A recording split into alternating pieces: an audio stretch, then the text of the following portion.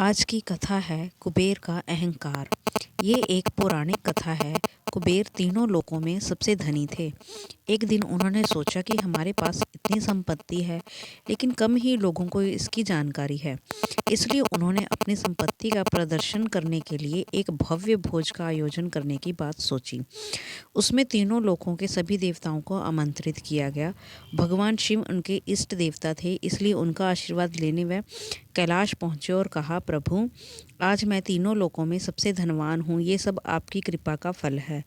अपने निवास पर एक भोज का आयोजन करने जा रहा हूँ। कृपा आप परिवार सहित भोज में पधारने की कृपा करें।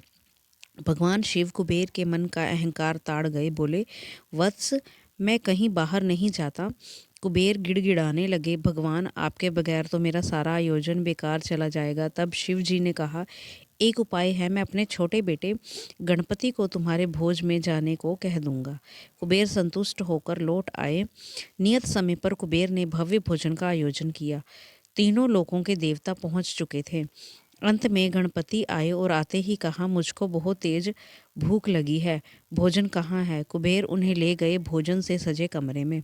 सोने की थाली में भोजन परोसा गया। क्षण भर में ही परोसा गया सारा भोजन खत्म हो गया।